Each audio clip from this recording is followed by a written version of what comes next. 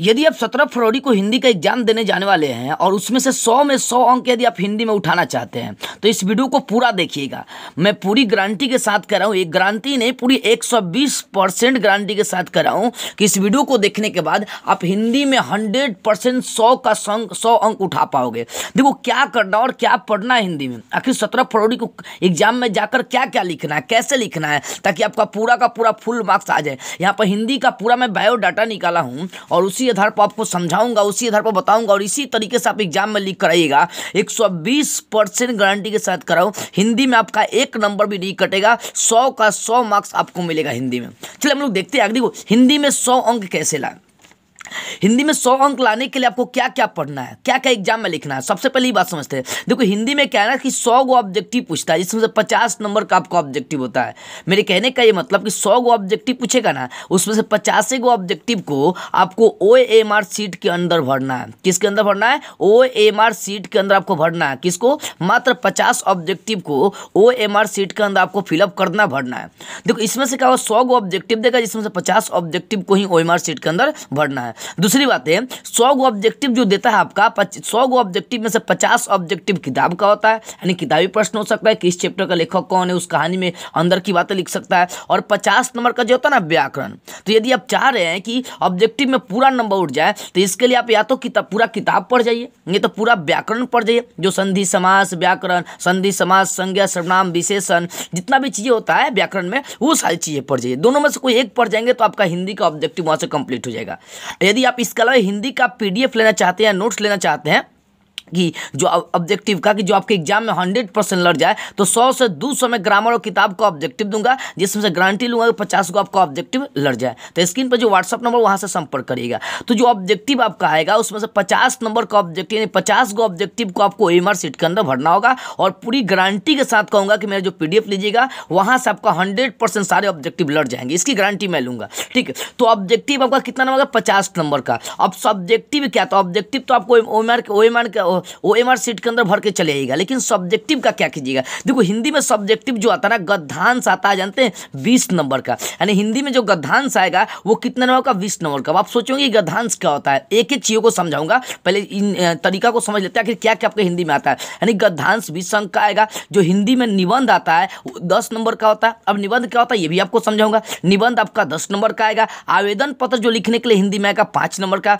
किताबी जो प्रश्न आएगा वो 10 नंबर का। और फिर व्याख्या करने वाला एक प्रश्न आता है वो 5 नंबर का। इस तरह से आप इसको जोड़ कर देखिए तो इस तरीके से टोटल आपका कितना नंबर का हिंदी हो जाएगा? 100 अंक का आपका हिंदी यहाँ पर कंप्लीट हो जाएगा। कितने अंक का? 100 अंक का। अब एक एक चीज, ऑब्जेक्टिव तो मैंने बता दिया कि या तो पूरा बुक पढ़ लीजिए तो ग्रामर पढ़ लीजिए। अगर उसके अलावा नहीं हो रहा तो आप मुझसे हिंदी का ऑब्जेक्टिव 2-250 तैयार हुआ है, मैं पूरी गारंटी लूंगा, 120% गारंटी कहूंगा कि उस ऑब्जेक्टिव को लेकर आधे घंटे याद कर जाएगा, एग्जाम में सेम सारे वही ऑब्जेक्टिव आपके लड़ जाएंगे। ठीक। अब देखो गद्यांश की बात करते हैं। गद्यांश होता क्या है?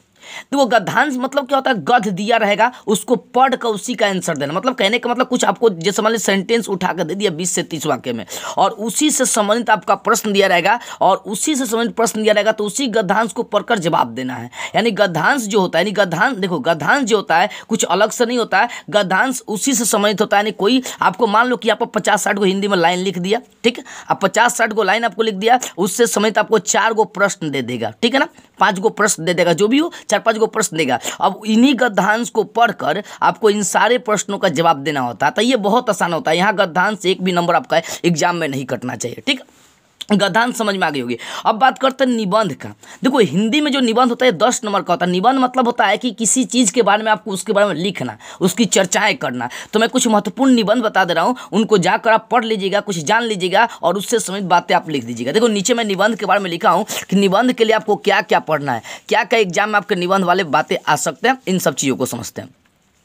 देखो निबंध जो होता है 10 नंबर का आपका आएगा, ठीक है, जिसमें निबंध में कुछ महत्वपूर्ण निबंध जैसे छात्र जीवन, चुनाव, आतंकवाद, होली, प्रदूषण, मेरे प्रिय कवि और पुस्तकालय, ये 6 गो मैं बताऊं, 1 2 3 4 5 6, लगभग 6 को मैंने यहाँ पर सेंटेंस लिया है। निबंध मतलब जैसे छात्र जीवन होगा, देखिए कि छात्र जीवन बहुत ही अनुशासन से पूर्ण होता है, छात्र जीवन में हमें पढ़ना चाहिए, अच्छा मतलब इससे संबंधित बातें आपको किसी एक पर लिखना होता है। लगभग 1.5 पेज लिखिएगा तभी जाकर 10 नंबर मिलेगा, क्योंकि 10 नंबर मायने मायने रखता। 10 अंक उठाना इतना आसान नहीं है। तो मैं कहूँगा कि इन सभी को रटने से बेहतर क्या है कि इन सभी को, जैसे छात्र जीवन है तो कोई गाइड खरीदे होंगे, चाहे गूगल पर सर्च मार के छात्र जीवन के बारे में बहुत सारा सेंटेंस पढ़िए ताकि छात्र जीवन के बारे में आपको याद रहे। चुनाव के बारे में सर्च मार के आप पढ़ लीजिए, आतंकवाद के बारे में सर्च मार के पढ़िए, गाइड में दिया होगा पढ़ लीजिए, होली के बारे में पढ़ लीजिए, प्रदूषण के बारे में मेरे प्रिय कवि पुस्तकालय। इन 6 गो में से एगो सेंटेंस आपका 100% गारंटी के साथ कहूँगा कि एग्जाम में आ जाएगा। सोचो अगर छात्र जीवन के बारे में हम पढ़े रहेंगे तो अगर आ गया तो क्या इसके बारे में बिना चीट किए हम नहीं लिख सकते? 100% लिख सकते हैं। तो मात्र इन 6 चीज़ों को आपको फॉलो करना है हिंदी निबंध लिखने के लिए। 10 नंबर आपको यहाँ से मिल जाएगा और कोशिश कीजिएगा कि कम से कम 1.5 पेज इन निबंध में लिखे, तभी जाकर नंबर मिलेगा। क्यों?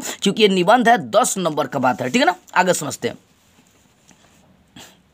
देखिए अब बात हम लोग करते हैं, जैसा मैंने आपको ये बताया कि निबंध 10 नंबर का, गद्यांश मतलब उसी को पढ़ कर जवाब देना होता है। निबंध मतलब क्या होता है? जिस चीज़ पर देगा उसके बारे में आपको एक्सप्लेन करना होता है। तो मैंने बता दिया किन किन निबंधों को आपको याद करना है। अब बात करते हैं आवेदन पत्र का। ये जो आवेदन पत्र 5 नंबर का आता है। जैसे आप एक प्रधानाचार्य पर आवेदन लिखना सीख लीजिए। जैसे मान लो कि आपको कोई अब बीमार हो गया और बीमारी के कारण आपको छुट्टी लेना है तो प्रधानाचार्य पर लिखना है, तो आपको कम से कम एक आवेदन पत्र लिखने आना चाहिए। और आवेदन पत्र हिंदी में लिखना कोई बड़ी बात नहीं है। आप लिख लीजिए सेवा में श्रीमान प्रधानाध्यापक महोदया, उसके बाद अपनी समस्या लिख दीजिए कि मुझे तेज बुखार है, मैं 2 दिन विद्यालय नहीं आ सकता हूँ, अतः आपसे अनुरोध है कि मुझे छुट्टी देने का काम करें। नीचे अपना नाम लिख दीजिए। तो हिंदी में आवेदन पत्र कोई बड़ी बात नहीं होती, ठीक है। अगर उसके बाद भी अगर नहीं आ रहा है तो आप मुझे मैसेज कर दीजिए व्हाट्सएप पर। व्हाट्सएप नंबर जो दिया गया था शुरू में उस पर मैसेज कर दीजिएगा। वहाँ मैं आपको 2-3 आवेदन पत्र दे दूंगा, उसी के आधार पर आप लिख लीजिएगा, ठीक है। तो ये कंप्लीट हुआ 5 नंबर का आवेदन पत्र, 10 नंबर का निबंध। अब बात करते हैं किताबी प्रश्न। तो देखो किताबी प्रश्न जो होता है आपके एग्जाम में 10 गो पूछेगा, जिसमें से 5 गो किताबी प्रश्न का आपको जवाब देना होता है, ठीक है। मेरे कहने का मतलब 100 गो नहीं, 10 गो किताबी प्रश्न करेगा आपका, जिसमें 5 गो प्रश्न का जवाब देना होता है। एक प्रश्न 2 नंबर का होता है, 5 गुना 10 नंबर का आपका ये हो जाता है, ठीक है। तो इसके लिए मैं लगभग 20 से 25 गो 2 नंबरिया प्रश्न छाट कर रखा हूँ और पूरी गारंटी के साथ कहूँगा इन 20 2 नंबरिया किताबी प्रश्नों का बढ़िया से याद कर लीजिएगा। तो 5 गो 100% आपका एग्जाम में लड़ेगा तो लड़ेगा, इसकी गारंटी मैं लूँगा, ठीक है। 100% आपका लड़ जाएगा, ठीक है। तो ये संपर्क कर सकते हो व्हाट्सएप नंबर से। अब देखो व्याख्या करने वाला क्या होता है, जैसे मान लीजिए दे देगा कि 20 कहानी का सारांश लिखे, 20 के दांत कहानी का सारांश लिखे, या पूछ सकता है बहादुर कहानी का सारांश लिखे, या कोई कविता का पॉइंट उठा सकता है और कविता को बोलेगा एक्सप्लेन करने के लिए। तो एक्सप्लेन करने वाला लगभग एग्जाम में आपके 5 नंबर के आते हैं। तो इसको भी लेने के लिए आप मुझसे संपर्क कर सकते हो व्हाट्सएप नंबर पर। तो इस तरीके से आप 50 नंबर का ऑब्जेक्टिव और 20 नंबर का गद्यांश, 30 नंबर का निबंध, 5 नंबर का आवेदन पत्र, 10 नंबर का किताबी प्रश्न और 5 नंबर का व्याख्या करने वाला प्रश्न आपके एग्जाम में आते हैं। तो बस इन्हीं सब चीज़ों को जाकर पढ़ लीजिए और 17 फरवरी को हिंदी का एग्जाम पूरा फाड़ कर आ पाइएगा।